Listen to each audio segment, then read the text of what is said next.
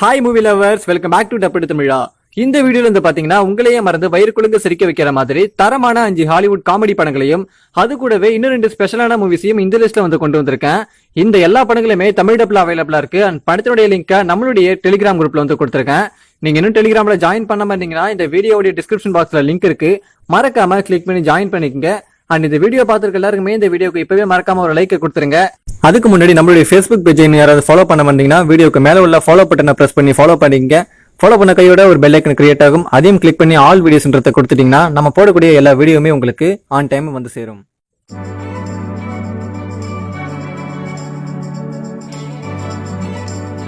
நம்ம லிஸ்ட்ல ஃபர்ஸ்ட் பார்க்க போற மூவி 2010 ஒரு ஆக்ஷன் காமெடி மூவியா ரிலீஸ் ஆன தி ஏ டீம்.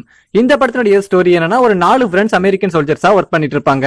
அப்போ இவங்களுடைய கமாண்டர் இவங்களுக்கு ஒரு மிஷன் கொடுக்கறாரு. அந்த மிஷன் என்னன்னா, ஈராக்ல டாலர்ஸ் பிரிண்ட் பண்ற அந்த பிரிண்டிங் பிளேட்டை எடுத்துட்டு வாங்கன்னு இந்த 4 பேரையும் ரகசியமா அனுப்பி வைக்கிறாரு.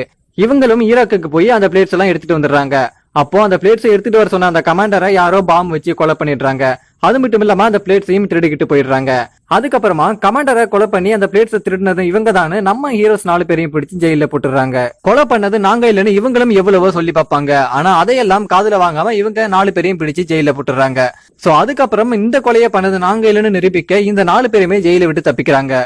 சோ அதுக்கப்புறம் என்ன நடந்துச்சு, இந்த 4 பேரும் அந்த கொலையை பண்ணவனையும் அந்த பிளேட்ஸை எடுத்துட்டு போனவனையும் கண்டுபிடிச்சாங்களா இல்லையா அப்படின்றதான் இந்த படத்துடைய மீதி ஸ்டோரி. படத்தினுடைய ஸ்டார்டிங்ல இருந்து எண்டிங் வரைக்கும் செம்ம காமெடியாவும் அதே சமயம் காமெடி கலந்த ஆக்ஷன் சீன் செம்ம இன்ட்ரெஸ்டிங்கா போகும்.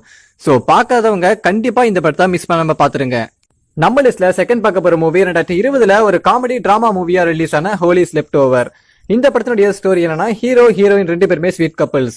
2 பேருமே கல்யாணம் பண்ணிக்கிட்டு சந்தோஷமா வாழ்ந்துகிட்டு வராங்க. அப்போ ஒரு நாள் ஹீரோடைய வைஃப் ஹீரோ கிட்ட, என்னுடைய ஃப்ரெண்டு நாளைக்கு இங்க வரலாம், அவளுக்கு எனக்கு ஒரு சில பிரச்சனைகள் எல்லாம் இருக்குன்னு ஹீரோடைய வைஃப் ஹீரோ கிட்ட சொல்றாங்க. அதுக்கு ஹீரோ பரவாயில்ல வர சொல்லு, சமாளிச்சுக்கலாம்னு ஹீரோ சொல்றாரு. மறுநாள் அந்த பொண்ணு வீட்டுக்கு வரா. அவளை பார்த்ததும் ஹீரோக்கு அந்த பொண்ணு மேல ஒரு அஃபேர் வர ஆரம்பிக்குது. ஹீரோவும் அந்த பொண்ணு கிட்ட நேரடியா இதை பத்தி பேசுறாரு. அந்த பொண்ணு இதுக்கு ஒத்துக்குது. அதுக்கப்புறமா என்ன நடந்துச்சு அப்படின்றதான் இந்த படத்தினுடைய மீதி கதை. இது ஒரு அடல்ட் காமெடி மூவி. சோ அதனால 18 வயசுக்கு கீழே இருக்கிறவங்க கண்டிப்பா இந்த படத்தை வந்து பாக்காதீங்க. 18 வயசுக்கு மேல உள்ளவங்க கண்டிப்பா வந்து இந்த படத்தை வந்து பாருங்க. படத்தினுடைய எண்டிங்ல ரொம்பவே சூப்பரான மெசேஜோட படத்தை முடிச்சிருப்பாங்க. சோ பாக்கணும்னு நினைக்கிறவங்க கண்டிப்பா இந்த படத்தை மிஸ் பண்ணாம பாத்துருங்க.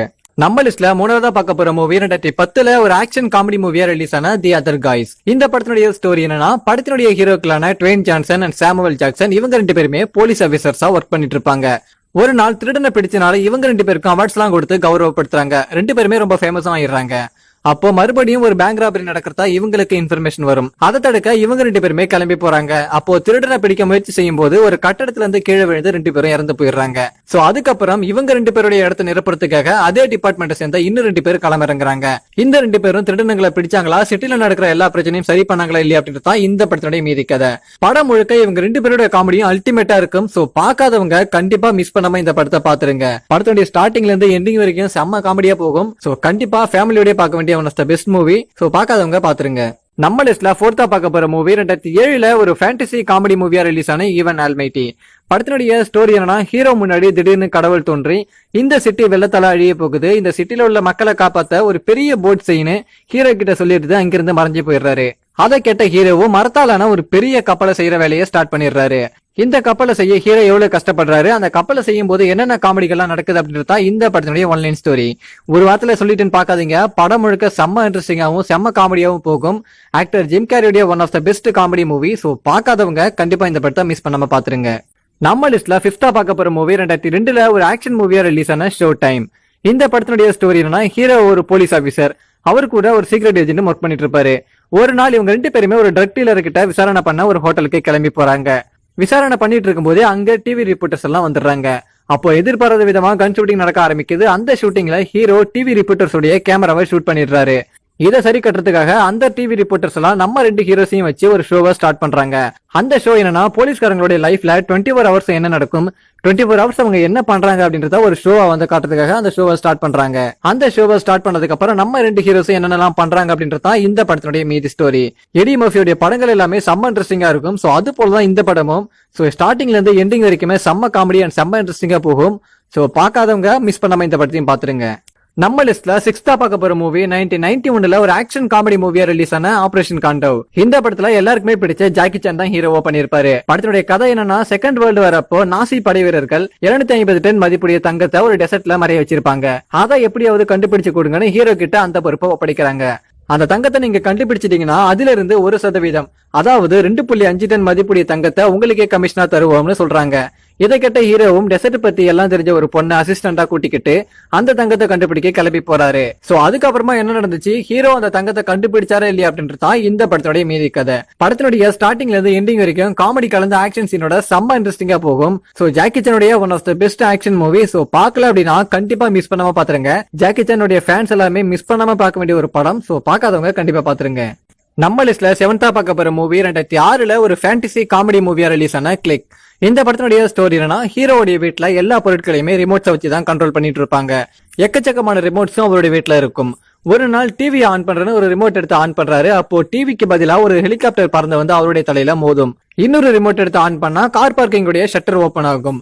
இதனால டென்ஷனான ஹீரோ இந்த எல்லா பொருட்களையும் கண்ட்ரோல் பண்ற மாதிரி ஒரு ரிமோட்டை வாங்கிட்டு வரேன்னு மார்க்கெட்டுக்கு கிளம்பி போறாரு. அங்க ஒரு சயின்டிஸ்ட் ஹீரோ கிட்ட ஒரு ரிமோட்டை எடுத்து கொடுக்கறாரு. இதனுடைய வேலை என்னன்னு ஹீரோ கேட்க, இது ஃப்ரீ தான், எடுத்துட்டு போகணும் அந்த சயின்டிஸ்ட் சொல்லிடுறாரு. ஹீரோவும் சந்தோஷமா அதை வீட்டுக்கு எடுத்துட்டு வந்துடுறாரு.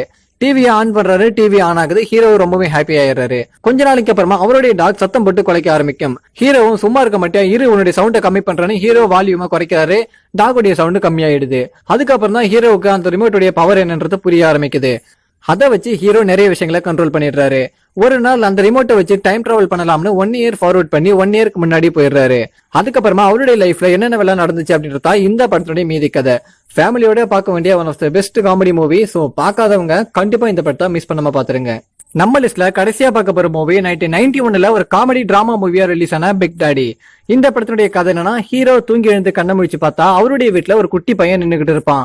அந்த பையனுடைய பேக்ல ஒரு லெட்டர் இருக்கும். அந்த லெட்டரை படிச்சு பார்த்தா, எனக்கு உடம்பு சரியில்லை, என்னால இனி அவனை பாத்துக்க முடியாது, இதுக்கு மேல அவனை நீ தான் பாத்துக்கணும்னு அந்த லெட்டர்ல எழுதி இருக்கும்.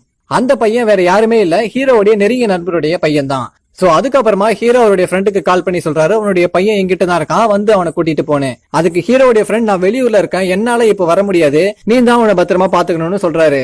வேற வழியே இல்லாம ஹீரோ அவனை வளர்க்க ஆரம்பிக்கிறாரு. அந்த பையன் வந்ததுக்கு அப்புறம் ஹீரோடைய லைஃப்ல என்னவெல்லாம் நடந்துச்சு, அவருடைய லைஃப் எப்படி எல்லாம் மாறிச்சு அப்படின்றத ரொம்ப காமெடியாவும் அதே சமயம் ரொம்ப எமோஷனலோடவும் காமிச்சிருப்பாங்க. சோ பாக்கல அப்படின்னா கண்டிப்பா இந்த படத்தை மிஸ் பண்ணாம பாத்துங்க. One of the best comedy movie and ரொம்ப ரொம்ப இன்ட்ரெஸ்டிங்கான ஒரு படம். சோ பார்க்காதவங்க கண்டிப்பா இந்த படத்தை மிஸ் பண்ணாம பாத்துருங்க. சோ அவ்வளவுதான் இன்னைக்கு இந்த வீடியோ. மேல சொன்ன எல்லா படங்களுமே தமிழ் டபுள் அவைலபிளா இருக்கு. படத்தினுடைய லிங்க்ஸ் எல்லாத்தையும் நம்மளுடைய டெலிகிராம் குரூப்ல கொடுத்திருக்கேன். டெலிகிராம்ல ஜாயின் பண்ணாம இருந்தீங்கன்னா இந்த வீடியோட டிஸ்கிரிப்ஷன் பாக்ஸ்ல லிங்க் இருக்கு. சோ மறக்காம ஜாயின் பண்ணிக்கங்க. அண்ட் இந்த வீடியோ உங்க எல்லாருக்கும் பிடிச்சிருக்கும்னு நினைக்கிறேன். சோ பிடிச்சா மறக்காம லைக் பண்ணி சப்ஸ்கிரைப் பண்ணி சப்போர்ட் பண்ணுங்க.